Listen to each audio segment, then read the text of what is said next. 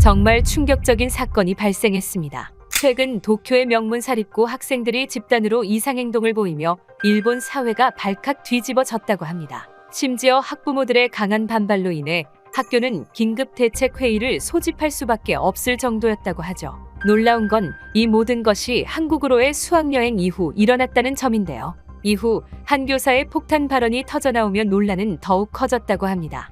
中小企業や労働組合のない職場で働く人を含む 대체 무슨 일이 있었던 걸까요? 안녕하세요. 저는 사토 나나미라고 합니다. 도쿄에 있는 가이세이 고등학교 3학년생이죠. 우리 학교는 일본에서 가장 명문이라 불리는 학교 중 하나예요. 정치인, 기업인, 학자 등 많은 인재를 배출했을 정도죠. 저 또한 일본 상류층 집안에서 자랐습니다. 아버지는 대기업 임원이시고 어머니는 관료 집안 출신이세요. 그래서 저는 어릴 때부터 일본의 전통적 가치관과 자부심을 강조하는 교육을 받아왔죠. 2차 대전 당시 일본군 출신이신 할아버지도 마찬가지셨습니다. 가족 모임이 있을 때마다 한국에 대한 부정적인 이야기를 하시곤 했죠. 할아버지는 한국이 늘 일본을 욕하면서도 일본 기술과 문화를 베낀다고 말씀하셨어요. 역사 문제를 이용해 일본을 괴롭히는 나라라는 말씀도 자주 하셨죠. 부모님도 이에 동조하며 한국을 좋지 않게 이야기하셨어요.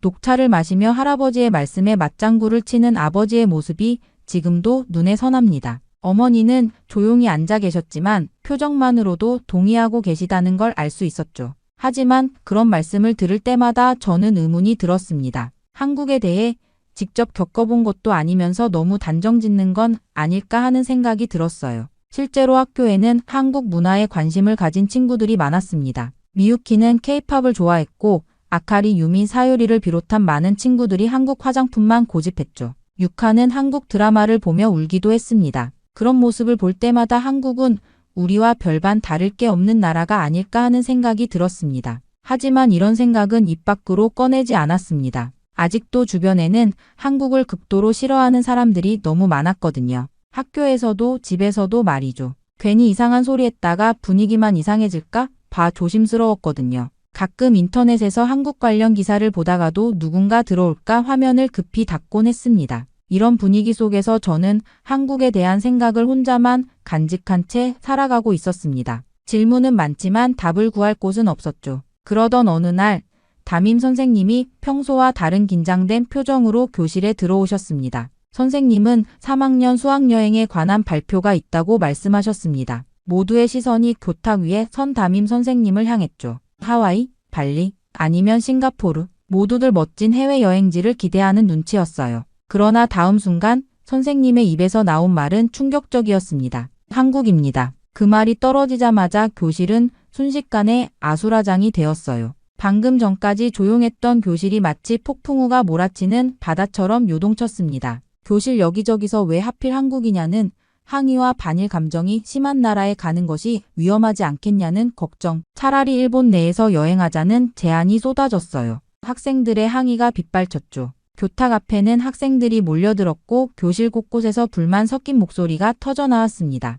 특히 같은 반의 야마모토 리카는 반에서 가장 큰 목소리로 항의했어요. 검은 머리카락을 흔들며 리카는 주먹을 불끈 쥐었습니다. 리카는 학교에 정식으로 항의해야 하고 자신의 부모님도 한국 여행을 절대 반대할 거라며 강하게 주장했어요. 리카가 흥분한 목소리로 말하자 다른 친구들도 동조하며 수학여행 취소를 요구했습니다. 결국 그날 오후 학부모들의 항의 전화가 학교로 빗발쳤다고 합니다. 우리 아이를 한국 같은 나라에 보낼 수 없다며 학교 측에 강하게 반발하는 부모들도 있었어요. 결국 학교는 학부모 설명회를 열기로 결정했습니다. 교무실을 오가는 선생님들의 얼굴이 모두 긴장된 표정이었어요. 담임 선생님은 안전성, 교육적 가치, 문화적 다양성을 강조하며 학부모들을 설득했다고 합니다. 담임 선생님은 UN 안전지수에서 한국이 일본보다 높은 점수를 받았다는 점, 매년 200만 명 이상의 일본 관광객이 한국을 방문한다는 통계, 그리고 전통과 현대가 공존하는 한국에서 학생들이 많은 것을 배울 수 있다는 교육적 가치를 강조했다고 해요. 설명의 결과 대다수의 학부모가 찬성하며 한국 수학여행이 확정되었어요. 하지만 학생들의 반발은 여전했습니다. 친구들은 학교가 미쳤다며 우리가 원하지도 않는 곳을 왜 가야 하는지 분노했어요. 야마모토 리카는 쉬는 시간마다 친구들을 모아 한국으로 가는 것을 막아야 한다. 라고 주장했지만 이미 결정된 일이라 막기는 힘들었습니다. 그렇게 시간이 흐르면서 친구들 사이에 미묘한 변화가 느껴졌어요. 처음에는 모두가 반대했던 한국 여행에 대해 조금씩 다른 목소리가 나오기 시작했습니다. 어느 날 쉬는 시간, 평소 조용하던 아유미가 조심스럽게 말을 꺼냈어요. 근데 한국 가는 거 그렇게 나쁘진 않을지도? 그 말에 교실 공기가 잠시 얼어붙는 것 같았습니다. 하지만 곧 미카도 동조하며 말했어요. 난 원래 한국 드라마 좋아했어. 직접 가서 보면 더 재미있을 것 같은데? 하루카도 용기를 내어 말했습니다. 한국 음식도 맛있다고 하잖아. 가서 진짜 한국 요리를 먹어보고 싶어. 처음에는 강하게 반발하던 친구들 중 일부가 점점 긍정적인 태도를 보이기 시작한 거예요. 그러자 교실 분위기가 묘하게 변했습니다. 마치 두 진영으로 나뉘는 것 같았어요. 야마모토 리카는 이런 변화를 못마땅하게 여겼습니다. 그녀의 얼굴이 순식간에 굳어지더니 싸늘한 목소리로 말했어요. 뭐야, 너네 친한이야? 그 말은 마치 얼음처럼 차갑게 교실에 떨어졌습니다. 리카는 계속해서 날카롭게 지적했어요. 우리 학교가 한국 가는 걸 정했다고 해서 내 생각까지 바뀐 거야. 우리가 그동안 한국한테 당한 게 얼만데. 리카의 말에 한국에 호의적인 발언을 했던 친구들은 움츠러들었어요. 특히 아유미는 고개를 푹 숙이고 말았죠. 마치 한국을 긍정적으로 보는 것만으로도 이상한 사람이 되는 분위기였습니다. 저는 이 모든 상황을 지켜보며 속으로 깊은 고민에 빠졌어요. 그냥 한국 여행일 뿐인데 왜 이렇게까지 반응이 심한 걸까? 한국에 대한 감정이 이렇게 양극화되는 이유가 궁금했습니다. 창밖으로 보이는 벚꽃잎이 바람에 흩날리는 모습을 바라보며 생각했어요. 우리가 배웠던 역사, 어른들이 들려주는 이야기, 그리고 실제 한국은 어떻게 다를까? 하지만 저는 여전히 제 생각을 입 밖으로 꺼내지 않았어요. 괜히 분위기를 더 이상하게 만들고 싶지 않았거든요. 책상 위 공책에 무의식적으로 그린 작은 동그라미들을 바라보며 침묵을 지켰습니다. 교실 밖복도에서는 다른 반 학생들도 비슷한 논쟁을 하는 소리가 들렸어요. 이제 학교 전체가 한국 수학여행에 대한 찬반으로 시끄러웠습니다. 수업이 끝나고 집으로 가는 길, 도서관에 들러 한국에 관한 가이드북을 몰래 펼쳐보았어요. 컬러풀한 서울의 야경, 전통 한옥마을, 현대적인 쇼핑센터. 생각보다 멋진 곳 같았습니다. 그리고 달력을 보니 한국으로 출발하는 날이 점점 다가오고 있었어요. 이제 2주 후면 직접 그곳에 가게 될 텐데 두려움과 기대가 뒤섞인 감정이 제 마음속에서 소용돌이쳤습니다. 2주 뒤 드디어 출국 당일이 왔습니다. 하네다 공항에 도착해 짐을 챙기며 주변을 둘러보았어요. 학생들의 표정은 여전히 어두웠습니다. 아, 진짜 가야 해? 제발 빨리 끝났으면 좋겠다. 제 주변에서는 불평과 한숨이 끊이지 않았어요. 여행 가방을 끌며 모인 학생들 사이에서도 기대보다는 걱정이 더 많아 보였습니다. 부모님들도 마지막까지 걱정이 많으셨어요. 저희 부모님도 공항까지 배웅 나오셨는데 아버지는 계속해서 주의사항을 말씀하셨고 어머니는 제 가방에 비상약을 더 넣어주셨죠. 특히 야마모토 리카의 부모님은 리카를 붙잡고 조심하라며 거듭 강조하는 모습이 눈에 띄었어요. 리카의 아버지는 마치 딸을 전쟁터에 보내는 것처럼 긴장한 표정이었습니다. 다른 학부모들도 비슷했어요. 만약 문제가 생기면 즉시 연락하라는 말이 여기저기서 들렸죠. 마치 우리가 무슨 위험한 지역으로 가는 것처럼 말이에요. 그렇게 비행기가 인천국제공항에 착륙하자 학생들은 여전히 긴장한 표정이었어요. 저도 긴장된 마음으로 비행기에서 내렸습니다. 과연 한국은 어떤 곳일까? 정말 우리를 싫어할까? 그런데 입국장을 지나며 학생들의 표정이 미묘하게 바뀌기 시작했어요.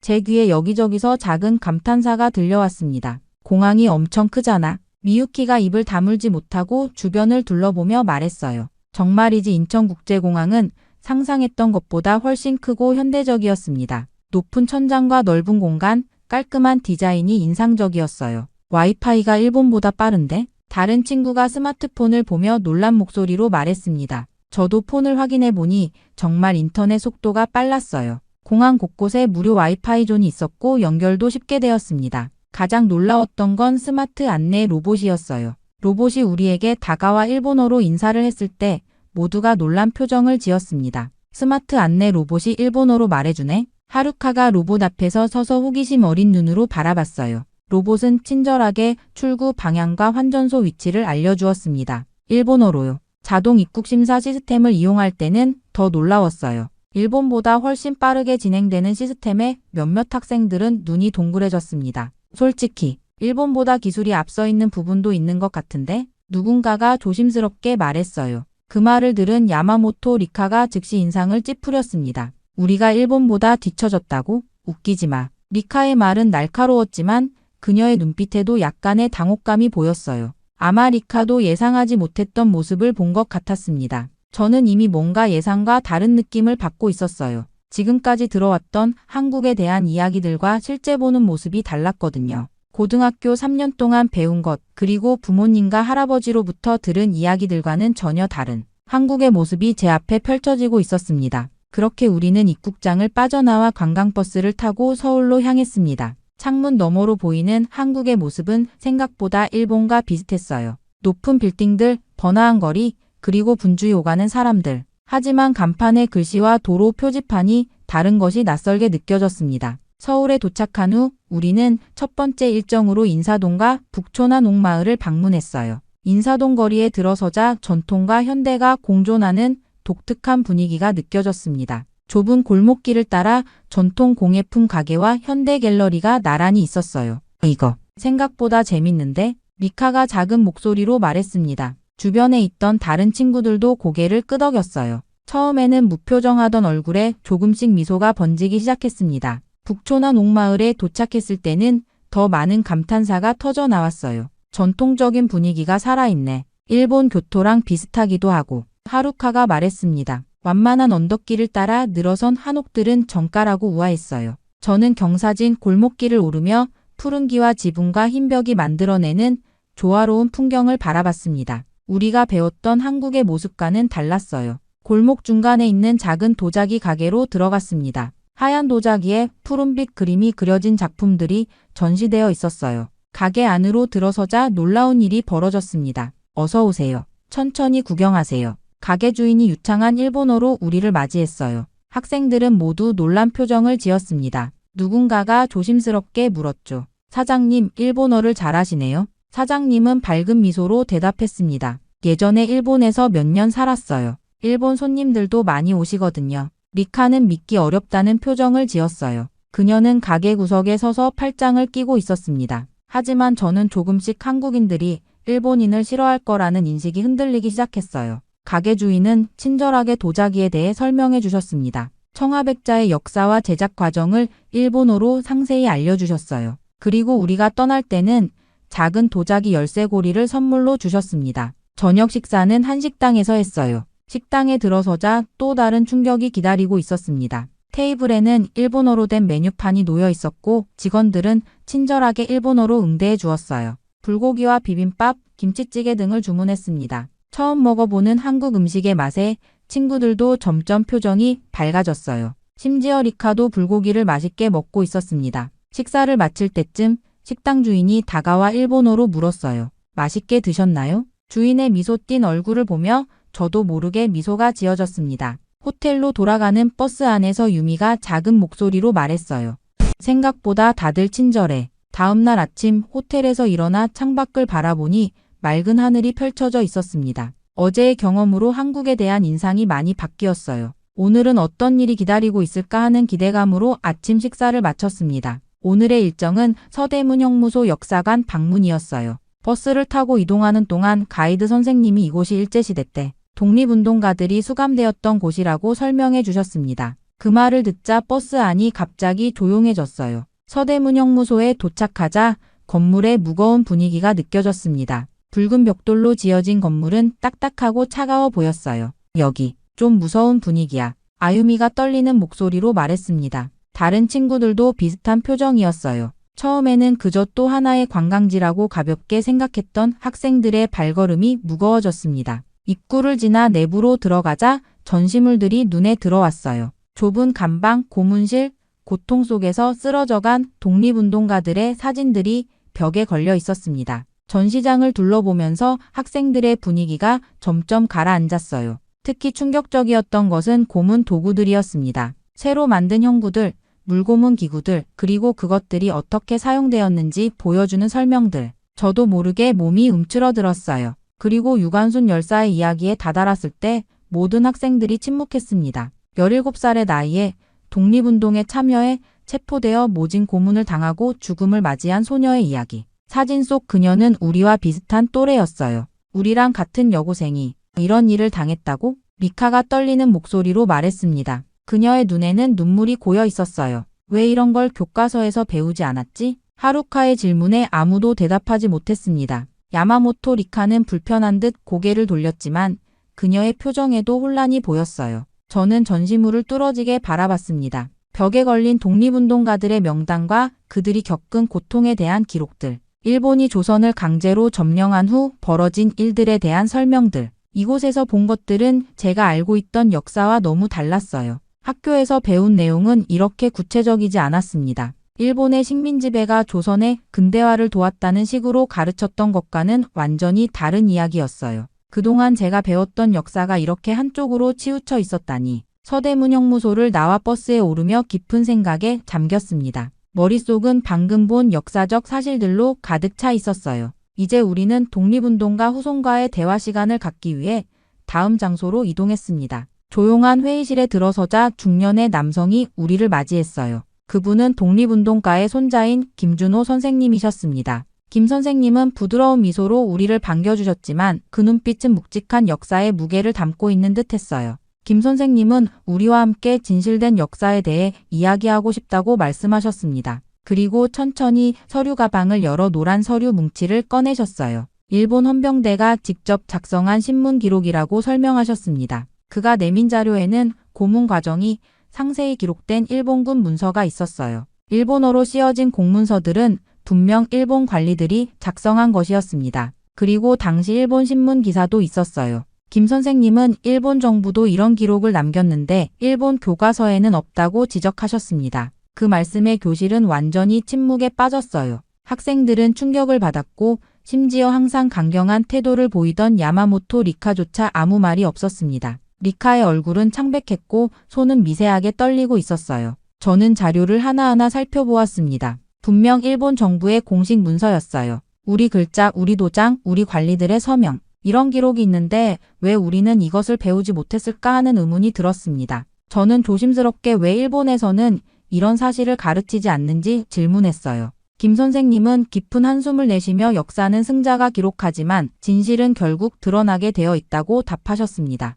그날 오후 우리는 일본 대사관 앞에 있는 소녀상을 방문했어요. 소녀상은 생각보다 작았지만 그 존재감은 강렬했습니다. 평화롭게 앉아있는 소녀의 모습이 어쩐지 마음을 아프게 했어요. 그런데 그곳에서 우리는 뜻밖의 장면을 목격했습니다. 한 일본인 유학생이 소녀상 앞에서 무릎을 꿇고 기도하고 있었어요. 그의 어깨는 흐느낌으로 가늘게 떨리고 있었습니다. 학생들은 놀라서 서로를 쳐다봤어요. 누군가가 일본 사람도 이런 행동을 한다는 사실에 놀라움을 작은 목소리로 표현했습니다. 그 장면은 우리 모두에게 깊은 인상을 남겼어요. 일본인도 이런 아픈 역사를 알고 반성하는 사람이 있다는 사실이 새로운 충격으로 다가왔습니다. 우리는 조용히 소녀상 주변을 걸었어요. 리카는 멀리 떨어져 혼자 서 있었지만 그녀의 표정도 예전과는 달랐습니다. 혼란스러움과 슬픔이 뒤섞인 것 같았어요. 저는 가방에서 작은 메모지를 꺼냈습니다. 잠시 생각한 후 연필로 천천히 글을 썼어요.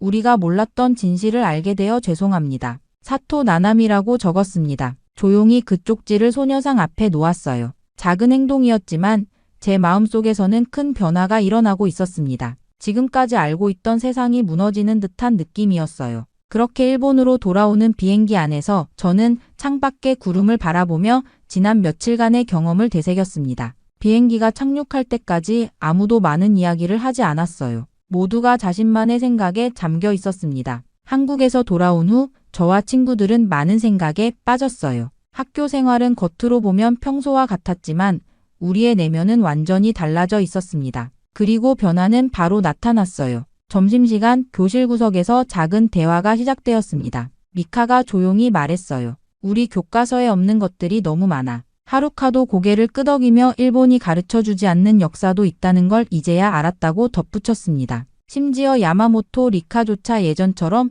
무조건적인 반한 감정을 드러내지 않았어요. 그녀는 조용히 자리에 앉아 창밖을 바라보곤 했습니다. 저는 수업 시간에도 집중하기 어려웠어요. 머릿속에서는 계속해서 한국에서 본 장면들이 떠올랐습니다. 서대문 형무소의 좁은 감방, 유관순 열사의 사진, 소녀상 앞에서 기도하던 일본인 유학생의 모습. 일주일 후 역사 수업 중에 저는 마침내 용기를 내어 교사에게 질문했습니다. 선생님, 한국에서 본 자료들에는 일본군이 직접 남긴 기록도 있었습니다. 그런데 왜 우리 교과서에는 그런 내용이 없는 거죠? 교실은 순간 정적에 휩싸였어요. 교사의 얼굴이 굳었고 그는 잠시 침묵했습니다. 마침내 그가 말했어요. 교과서는 문부과학성의 지침에 따라 만들어집니다. 수업 후에 따로 이야기합시다. 하지만 수업 후 이야기는 없었어요. 대신 다음 날 학교 측에서 저를 불러 경고를 주었습니다. 교장 선생님은 불필요한 갈등을 만들지 말라고 주의를 주셨어요. 그러나 저는 멈추지 않았습니다.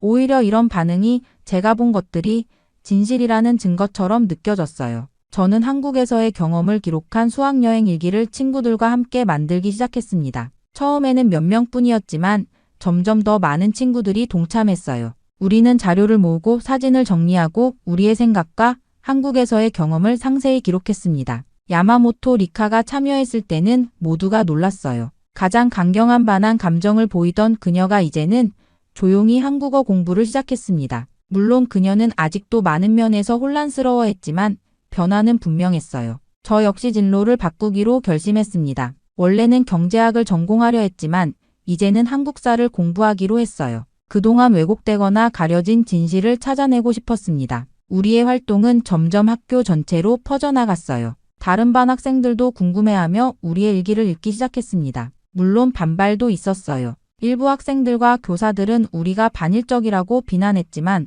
우린 그저 진실을 알리고 있을 뿐이었습니다. 어느 날 방과 후 친구들과 모여 앞으로의 계획을 이야기하던 중에 제가 말했어요. 이건 끝이 아니라 시작이야. 모두가 고개를 끄덕였습니다. 우리는 각자의 위치에서 일본과 한국의 역사를 진실 그대로 알리는 역할을 하기로 결심했어요. 그것이 우리가 한국에서 배운 가장 중요한 교훈이었습니다. 창밖으로 지는 해를 바라보며 저는 이번 여행이 제 인생의 방향을 완전히 바꿔놓았다는 것을 깨달았어요. 때로는 불편한 진실이라도 그것을 직면하고 받아들이는 것이 진정한 성장의 시작이라는 것을 말이죠. 이번 한국 수학여행을 통해 저는 진실을 알게 되었습니다. 우리가 배웠던 역사는 한쪽 면만 보여주었던 거였어요. 진정한 역사는 승자와 패자, 가해자와 피해자 모두의 목소리를 듣고 이해할 때 비로소 완성된다는 것을 깨달았습니다. 한국은 단순한 이웃나라가 아니라 우리가 마주해야 할 거울이었어요. 그 거울 속에서 우리는 부끄러운 과거도 희망찬 미래의 가능성도 함께 볼 수 있었습니다. 처음에는 두려움과 편견으로 시작했던 여행이 이렇게 큰 깨달음을 주리라고는 상상도 못했어요. 이제 저는 알게 되었습니다. 진정한 화해와 이해는 진실에서 시작된다는 것을, 그리고 그 진실을 찾아가는 여정이 제 인생의 새로운 시작이 되었습니다. 정말 말도 안 되는 일이 벌어졌습니다. 현재 일본의 여성들이 모두 한국으로 향하고 있습니다. 놀라운 건 대부분이 고학력, 고스펙을 갖춘 커리어 우먼이라는 점인데요. 이러한 현상으로 일본 사회는 당황하고 있고 기업들은 대책 마련에 나서고 있을 정도라고 하죠. 특히 최근 한국으로 떠난 한 일본 여성은 충격적인 한마디를 남겼다고 합니다. 大切な人だったり家族を思う気持ちとこの地球のことを思って 대체 무슨 일이 벌어진 걸까요?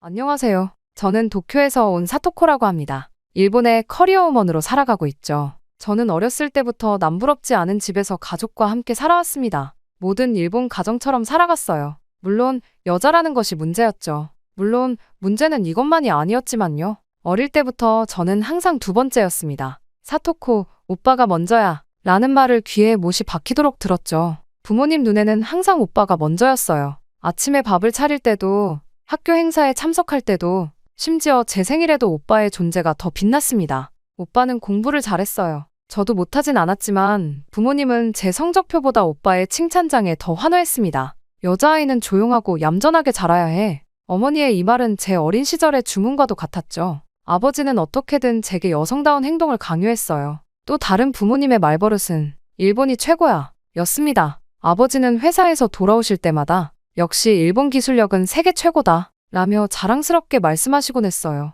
특히 아시아에서는 일본을 따라올 나라가 없다고 했죠. 특히 한국에 대해서는 더했습니다. 한국? 그냥 일본 흉내나 내는 수준이지. 오빠가 자주 하던 말이었어요. TV에서 한국 관련 뉴스가 나오면 아버지는 저 나라는 아시아에서도 한참 뒤떨어졌어. 게다가 피해망상도 너무 심하잖니. 일본한테 감사할 줄 모르고 말이야. 라며 채널을 돌려버렸습니다. 그렇게 저도 모르게 한국을 가장 아래로 깔보는 시각을 갖게 됐어요. 제 안중에도 없는 나라였죠. 제 머릿속에는 오로지 아시아 최고 국가인 일본에서 성공한 여성이 되어야지라는 생각뿐이었으니까요. 때문에 저는 밤늦게까지 공부는 기본이고 대학 입시도 취업 준비도 모두 최선을 다했습니다. 그렇게 꿈에 그리던 일본의 대형 전자기업에 합격했죠. 하지만 회사에 도착한 순간부터 저는 큰 충격을 받고 말았습니다. 사무실에 들어서자 여성 직원들은 모두 한쪽에 모여 있었어요. 비서, 행정, 총무 모두 보조적인 역할이었죠. 반면 남자 직원들은 실제 사업부에서 의사결정을 내리고 있었습니다.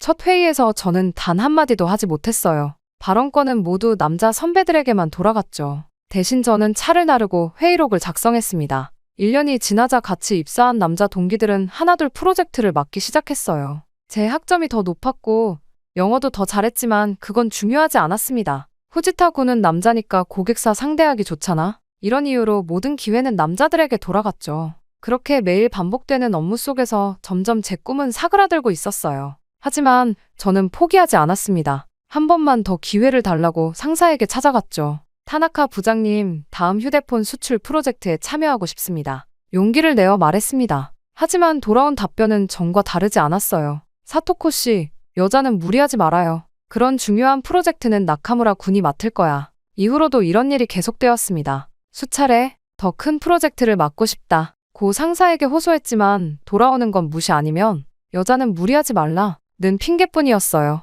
회사에서 제 존재감은 점점 희미해졌습니다. 그러던 어느 날 여자 동료 미유키가 복도에서 저를 붙잡았어요. 사토코 씨, 이렇게 계속 나서면 윗분들이 불편해할 거야. 괜히 튀지 말고 조용히 지내는 게 좋아. 미유키의 충고였지만 저에겐 또 다른 벽처럼 느껴졌죠. 점심시간에도 저는 혼자였습니다. 다른 직원들은 자연스레 저를 피했어요. 사토코는 너무 욕심이 많아서 이런 수군거림이 들려왔죠. 매번 능력을 인정받지 못하고 점차 주변에서 고립되는 상황이 계속됐습니다. 저 또한 점점 좌절감이 쌓여가고 있었죠. 하지만 운명은 갑자기 찾아왔습니다. 저의 인생을 완전히 바꿔버릴 일이 일어나고 말았죠. 월요일 아침 공지가 올라왔어요. 해외 지사 및 파트너사 프로젝트 인원 모집. 눈을 크게 뜨고 공지를 읽었습니다. 미국, 영국, 독일, 싱가포르, 그리고 한국까지 다양한 국가의 파견 자리가 있었어요. 휴게실은 해외 파견에 대한 이야기로 가득했습니다. 미국 지사는 연봉이 2배래. 영국 파견은 주택 보조금도 나온대. 모두들 선망하는 파견지를 놓고 이야기했어요.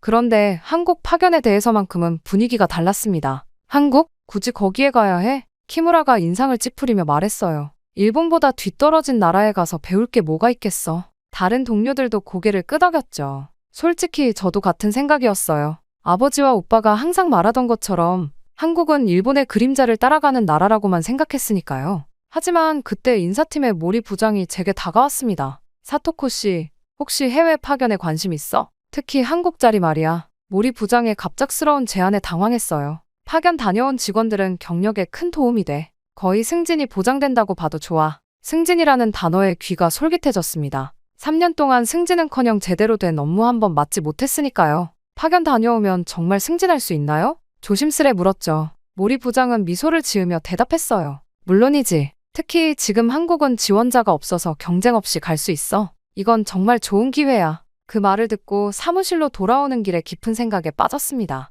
더 이상 여기 있을 수는 없어. 그나마 해외 파견을 다녀오면 승진이라도 가능할지도.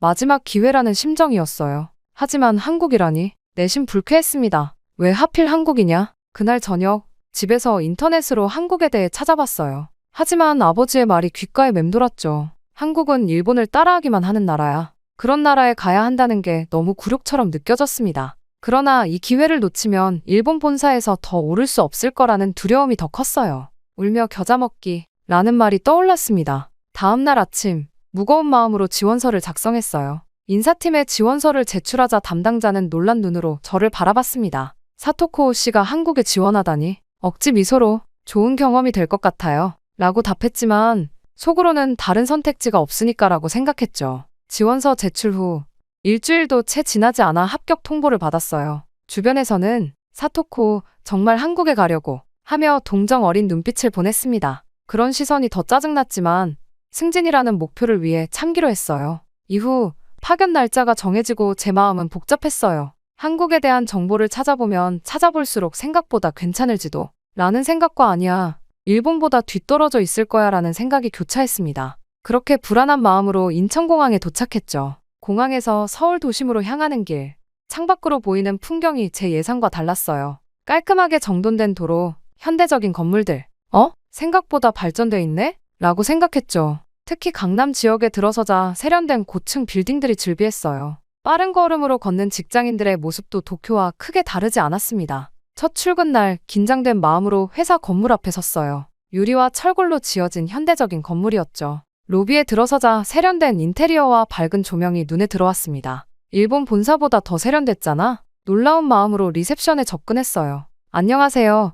일본 도쿄 본사에서 파견 온 사토코입니다. 어색한 한국어로 인사했죠. 리셉션 직원은 밝게 웃으며 환영합니다. 김 과장님이 곧 내려오실 거예요. 라고 답했어요. 친절한 응대에 긴장이 조금 풀렸습니다. 김 과장님의 안내로 사무실에 들어서자 또 한 번 놀랐어요. 개방적인 공간, 자유로운 복장의 직원들, 그리고 활기찬 분위기. 일본 본사의 경직된 분위기와는 너무 달랐죠. 여성 직원들도 남성 직원들과 동등하게 업무를 진행하는 모습이었습니다. 오늘은 팀원들과 인사하고 오후에는 CEO님과 미팅이 있어요. 김 과장님의 말에 고개를 끄덕였지만 속으로는 남자 CEO겠지? 라고 생각했어요. 일본에서는 여성 임원도 드문데 CEO는 거의 불가능한 일이었으니까요. 오후가 되자 김 과장님이 저를 회의실로 안내했습니다. CEO님이 곧 오실 거예요. 그렇게 말하며 자리를 비웠죠. 저는 회의 자료를 다시 한번 확인하며 긴장된 마음을 진정시키고 있었어요. 회의실 문이 열리고 들어온 사람은 세련된 정장 차림의 40대 여성이었습니다. 안녕하세요. 저는 박지연 CEO입니다. 일본에서 오신 사토코 씨, 환영합니다. 당황스러워 말을 잇지 못했어요. 이 회사의 CEO가 여성이라고. 박 CEO는 자신감 넘치는 목소리로 회사에 대해 설명하기 시작했습니다. 저희는 5년 전 스타트업으로 시작해서 지금은 아시아 시장 점유율 3위까지 성장했어요. 일본 시장에도 진출하고 싶어 이번 협업을 계획했죠. 그녀의 말 한마디에서 전문성과 리더십이 느껴졌어요. 부드러운 말투였지만 그 안에는 확실한 카리스마가 담겨 있었죠. 일본에서도 여성 CEO는 극히 드문데 한국이 이 정도라고 제 생각에 틀이 흔들리기 시작했습니다. 미팅이 끝나고 사무실 투어를 하는 동안 최신 설비와 효율적인 업무 시스템에 또 한 번 놀랐어요. 팀장들 중 절반이 여성이었고 모두 자신의 분야에서 당당하게 의견을 내고 있었죠. 일본 본사와는 너무 다른 모습이었습니다. 하루 일정을 마치고 호텔로 돌아오는 길, 머릿속이 복잡했어요. 한국의 기술이나 회사 수준은 일본보다 뒤떨어질 것이라 여겼는데 막상 와보니 최신 설비와 조직 문화가 오히려 더 인상적이었죠. 무엇보다 최고 경영자가 여성이라는 점이 충격적이었어요. 호텔 침대에 누워 천장을 바라보며 생각했습니다. 내가 알고 있던 한국은 뭐였지? 아버지와 오빠가 말하던 뒤처진 나라 라는 이미지가 오늘 하루 만에 무너지고 있었어요. 그리고 무엇보다 여성인 제가 꿈꿔왔던 업무 환경이 여기 한국에 있다는 사실이 더 큰 충격이었습니다. 다음 날 아침, 첫날의 충격에서 벗어나지 못한 채 출근했어요. 오늘은 본격적인 업무 회의가 있다고 했죠. 회의실에 들어서자 여성 팀장 김 부장이 회의를 이끌고 있었습니다. 저는 자연스레 구석자리에 앉았어요. 일본에서는 여성이 회의에서 발언하는 일이 거의 없었으니까요. 사토코 씨, 거기 앉지 말고 이쪽으로 와요. 오늘 회의는 일본 시장 진출권이니 사토코 씨 의견이 중요해요. 김 부장의 말에 놀라 자리를 옮겼습니다. 더 놀라운 건 회의 분위기였어요. 여성 팀장이 주도하고 남자 직원들도 김 부장님, 이 과장님 하며 호칭을 쓰며 서로 동등하게 의견을 제시했죠. 사토코 씨는 어떻게 생각해요? 일본 소비자들이 이런 디자인을 선호할까요? 갑자기 질문을 받아 당황했어요. 일본에서는 저에게 이런 질문을 던진 적이 한 번도 없었거든요. 제 생각에는 이런 스타일보다는 좀 더 심플한 디자인이 좋을 것 같습니다. 조심스레 대답했죠. 좋은 의견이네요. 그럼 디자인팀에서 사토코 씨 의견 반영해서 다시 작업해주세요. 김 부장의 즉각적인 반응에 놀랐어요. 내 의견이 이렇게 쉽게 받아들여지다니. 일본이라면 여성은 조용히 서류 정리만 했을 텐데 이건 완전히 다른 세계였습니다. 점심시간에는 팀원들과 함께 식사를 했어요. 자연스럽게 제 자리가 마련되어 있었고 모두 제 이야기에 귀 기울여 주었죠. 사토코 씨, 한국 음식 적응 괜찮아요? 일본 생활은 어떤가요? 모두 제 말에 진심으로 관심을 보여 마음이 따뜻해졌습니다. 오후에는 박 CEO의 주제로 전체 회의가 있었어요. 한 남자 직원이 프레젠테이션 중 실수를 했는데 예상과 달리 CEO의 반응이 놀라웠습니다. 괜찮아요. 이런 실수는 누구나 할 수 있어요. 다음에는 더 잘할 수 있을 거예요. 격려의 말을 건넸죠. 우리 회사는 실패를 두려워하지 않는 문화가 중요해요. 성별이나 나이가 아니라 역량과 열정으로 평가받는 곳이죠. 박 CEO의 이 말이 제 가슴에 와닿았어요. 남녀 구분 없이 역량에 따라 역할을 배정하는 모습이 저에겐 매우 낯설고 부러운 문화로 다가왔습니다. 일주일쯤 지나자 한국 생활에도 조금씩 적응하기 시작했어요. 회사 생활뿐만 아니라 일상에서도 새로운 경험을 하고 있었죠. 지하철에서는 사람들이 자연스럽게 길을 비켜주었고, 편의점이나 카페에서는 친절한 태도로 대해주었습니다. 어느 날 저녁, 팀 회식이 있었어요. 일본에서의 회식은 여성이 술을 따르고 웃어주는 역할이었는데, 여기서는 달랐습니다. 모두가 동등하게 대화하고 즐기는 분위기였죠. 박 CEO도 참석해 편안하게 직원들과 어울렸어요. 사토코 씨, 한국 생활은 어때요? 불편한 점 있으면 언제든 말해요. 늦은 밤 회식을 마치고 혼자 숙소로 돌아가는 길, 문득 깨달았어요. 일본에서는 항상 불안했던 귀갓길인데 여기서는 그렇지 않았죠. 거리는 밝게 조명이 켜져 있었고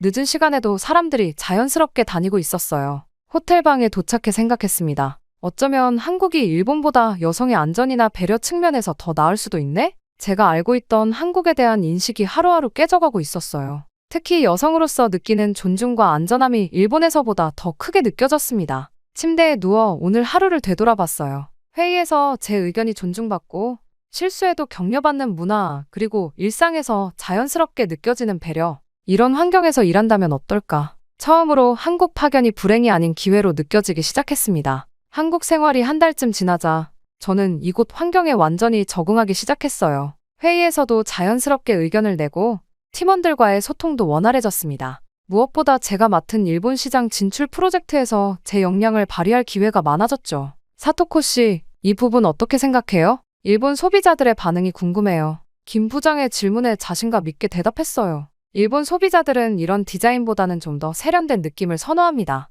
그리고 이 기능은 너무 복잡해서 오히려 혼란스러울 수 있어요. 제 의견을 바탕으로 제품 디자인과 마케팅 전략이 수정되었습니다. 일본어 자료 번역도 직접 검토하며 문화적 뉘앙스까지 세심하게 살폈어요. 일본 시장에 대한 제 분석 자료는 회의마다 핵심 참고 자료가 되었죠. 중요한 일본 바이어와의 미팅에서는 제가 직접 프레젠테이션을 맡았어요. 떨리는 마음으로 발표를 시작했지만 팀원들의 응원 덕분에 자신감이 생겼습니다. 미팅은 성공적이었고 바이어들은 제품에 큰 관심을 보였죠. 사토코 씨 덕분이에요. 사토코 씨가 없었으면 큰일 날 뻔했어요. 김 부장이 미팅 후 기쁜 표정으로 말했어요. 다른 팀원들도 정말 대단해요. 완벽한 발표였어요. 하며 진심으로 축하해 주었습니다. 처음으로 제 능력을 인정받는 기분이었어요. 그날 저녁 박 CEO가 축하 자리를 마련했습니다. 사토코 씨, 오늘 정말 훌륭했어요. 덕분에 우리 회사가 일본 시장에 한 걸음 더 가까워졌네요. CEO의 진심 어린 칭찬에 감동받았어요.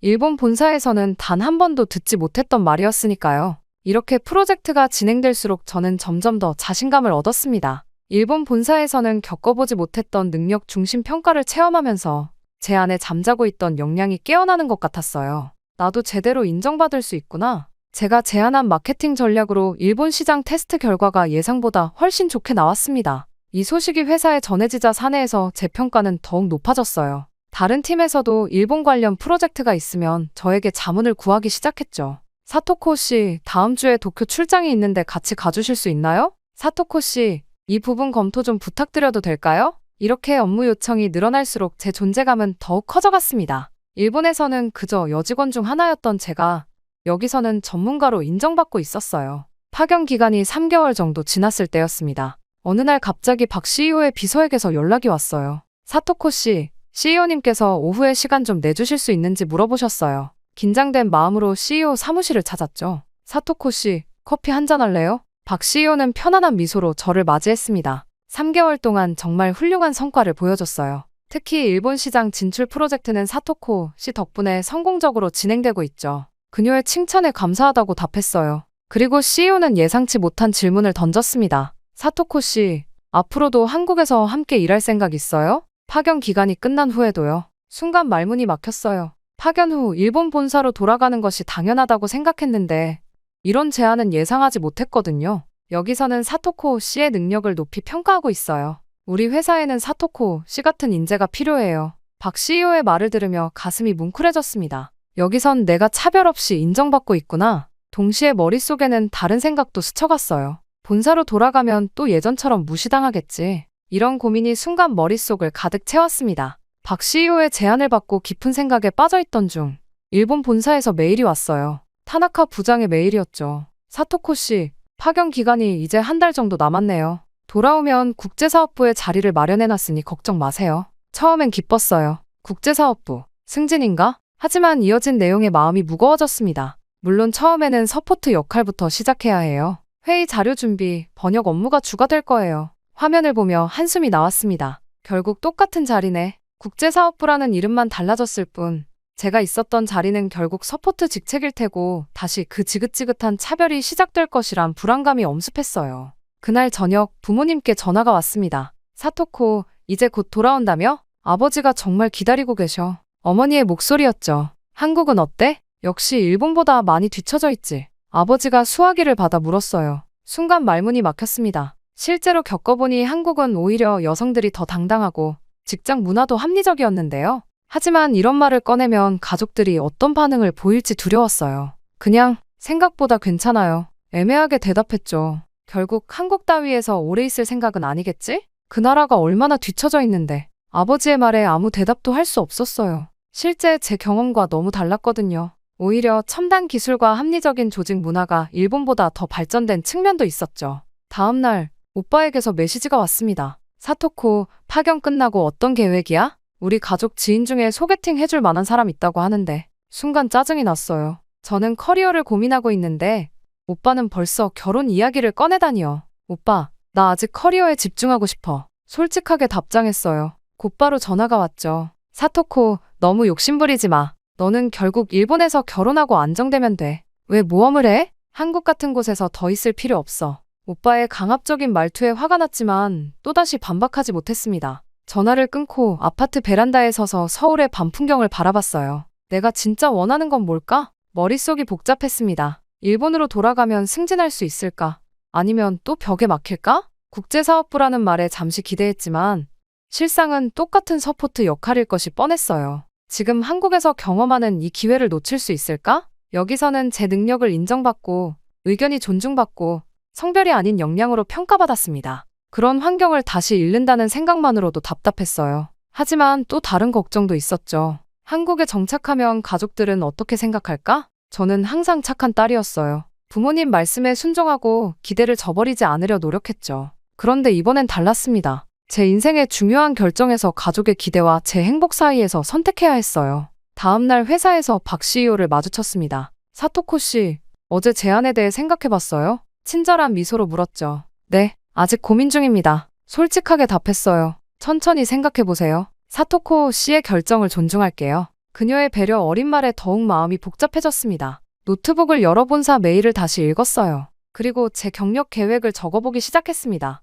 일본으로 돌아갈 경우와 한국에 남을 경우 각각의 장단점을 비교해봤죠. 이성적으로는 한국에 남는 것이 제 커리어에 더 유리했지만 감정적으로는 가족과의 관계가 걱정됐어요. 깊은 한숨이 나왔습니다. 머릿속이 복잡하고 마음은 갈피를 잡지 못했어요. 이것은 단순한 직장 선택의 문제가 아니었습니다. 제 인생관, 가치관, 그리고 미래에 관한 큰 갈림길이었죠. 이 선택이 앞으로의 제 삶을 완전히 바꿔놓을 것이라는 사실을 알고 있었어요. 이틀 후 박 CEO에게서 다시 연락이 왔어요. 사토코 씨, 점심 함께 할 수 있을까요? 긴장된 마음으로 약속 장소에 도착했죠. 고급스러운 한식당이었어요. 박 CEO는 이미 와 있었고 반갑게 저를 맞이했습니다. 사토코 씨, 솔직히 말할게요. 우리 회사는 사토코 씨 같은 인재가 필요해요. 그녀가 진지한 표정으로 말을 이어갔습니다. 우리 회사 정식 임원 수습 프로그램에 지원해보는 것 어떠세요? 1년간 수습 과정을 거치면 정식 임원으로 승진할 기회가 있어요. 순간 귀를 의심했어요.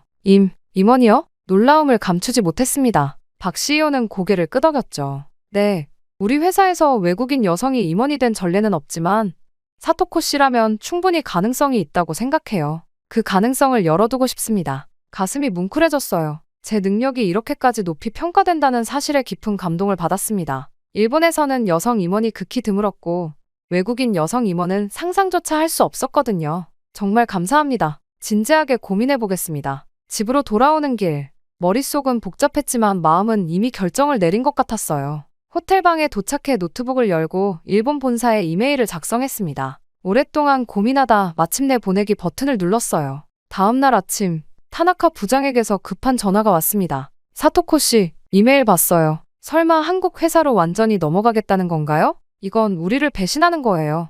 그의 목소리에서 분노가 느껴졌어요. 타나카 부장님, 깊이 고민한 결정입니다. 최대한 차분하게 대답했습니다. 여기서는 제가 원하는 역할도 성장도 가능하다고 믿어요. 제 삶을 제 방식으로 살고 싶습니다. 그는 계속 화를 내며 말했어요. 당신을 믿었는데 돌아오면 승진 기회도 있었어요. 일본 회사, 일본 문화를 버리고 어떻게 한국을 선택할 수 있죠? 한참을 들었고 결국 결정을 다시 생각해보세요. 인사팀에도 보고해야 합니다. 라는 말을 남기고 전화를 끊었죠. 부모님께 전화하는 것은 더 어려웠어요. 떨리는 손으로 전화를 걸었습니다. 어머니, 아버지, 제가 결정한 일이 있어요. 한국 회사에서 정식으로 일하기로 했어요. 순간 전화 너머로 침묵이 흘렀죠. 뭐라고? 아버지의 목소리가 높아졌어요. 어떻게 한국을 택하냐? 일본 사람으로서의 자존심은 어디 갔니? 어머니도 울먹이며 사토코, 제발 다시 생각해봐. 집에 돌아와서 좋은 사람 만나 결혼하면 되잖아. 라고 말했습니다. 오빠마저 전화로 한바탕 화를 냈어요. 너 미쳤어? 일본을 버리고 한국에서 산다고. 그 뒤떨어진 나라에서 무슨 미래가 있다고 생각하는 거야? 가슴이 아팠지만 이번만큼은 제 뜻을 굽히지 않았어요. 나도 모르게 한국을 무시했어. 하지만 와서 보니 내 편견이 잘못됐다는 걸 깨달았어. 오히려 여성이 능력으로 인정받는 환경이야. 난 여기서 능력을 인정받고 싶어. 단호하게 말했습니다. 가족들은 한동안 저와 연락을 끊었어요. 아프고 외로웠지만 제 결정은 변함없었습니다. 박 CEO에게 임원 수습 프로그램에 지원하겠다고 말했어요. 그녀는 환하게 웃으며 훌륭한 결정이에요. 사토코 씨의 미래를 응원합니다. 라고 말했죠. 그날 저녁 한강변을 걸으며 서울의 야경을 바라봤어요. 처음으로 마음이 편안해졌습니다. 비록 가족과의 관계는 일시적으로 어려워졌지만 제 인생에서 처음으로 진정한 제 선택을 했다는 생각이 들었어요. 두렵지만 설렜고 불안했지만 새로운 가능성에 희망이 생겼습니다. 이후 한국에서의 새로운 출발은 기대 이상이었어요. 임원 수습 프로그램에 들어가자 제 시야가 넓어졌습니다. 다른 여성 리더들과의 교류도 늘어났죠. 그들은 저를 동료로 환영해 주었어요. 사토코 씨, 우리 여성 임원 네트워킹 모임에도 참여해요. 물론 어려움도 있었습니다. 외국인이라는 장벽은 분명했어요. 미묘한 문화적 차이, 완벽하지 않은 한국어. 하지만 팀원들이 적극적으로 협력해 주었죠. 천천히 말해주세요. 이 표현은 이렇게 쓰는 게 더 자연스러워요. 모두가 제 성장을 도왔어요. 특히 박 CEO는 멘토 역할을 자처했습니다. 사토코 씨, 어려운 일 있으면 언제든 찾아오세요. 저도 처음 이 자리에 올랐을 때 많이 힘들었거든요. 6개월이 지나자 저는 크게 성장했어요. 이제 회의실에서 자신 있게 제 아이디어를 발표했죠. 일본, 한국 합작 프로젝트를 제안합니다. 양국의 장점을 결합하면 시너지 효과가 클 거예요. 제 제안은 임원들의 호평을 받았고 곧 중책을 맡게 되었어요. 거울 속 제 모습은 완전히 달라졌습니다. 예전의 우울함이 사라지고 당당함과 활기로 가득 찬 표정이었어요. 한국어도 많이 늘었고 이제는 사내 회의에서도 자연스럽게 의견을 나눌 수 있었죠. 1년이 지나 정식 임원으로 승진했을 때 동료들이 축하 파티를 열어주었어요. 사토코 이사님, 축하합니다. 모두의 진심 어린 축하에 눈물이 날 뻔했습니다. 가족들과의 관계도 조금씩 회복되고 있었어요. 제 성공 소식에 오빠가 먼저 연락해왔고 부모님도 점차 이해하기 시작했죠. 오늘은 제가 이사로 일하게 된 지 정확히 1년이 되는 날이에요. 아침에 회사 앞에 서서 빌딩을 올려다봤습니다. 일본만이 최고라 여겼고 한국을 무시했던 나. 하지만 내 능력을 빛나게 해준 건 오히려 한국이었고 여성 CEO와 동료들은 진심으로 나를 존중해줬다. 이제 나답게 성공할 기회를 잡았다. 난 한국에서 새로운 인생을 개척하기로 한다. 회사 로비로 들어서며 활기찬 걸음으로 사무실을 향했어요. 오늘도 많은 일들이 저를 기다리고 있었죠. 직원들과 인사를 나누고 회의를 주재하고 신입 직원들을 격려하는 하루가 시작되었습니다. 제 모든 결정 중에서 한국에 남기로 한 것이 가장 현명한 선택이었다고 확신해요. 회의실 창밖으로 보이는 서울의 풍경을 바라보며 미소 지었습니다. 이제 이곳은 제 새로운 고향이에요. 저를 있는 그대로 인정해주고 제 꿈을 펼칠 수 있게 해준 이 도시에서 저는 계속해서 성장해 나갈 거예요.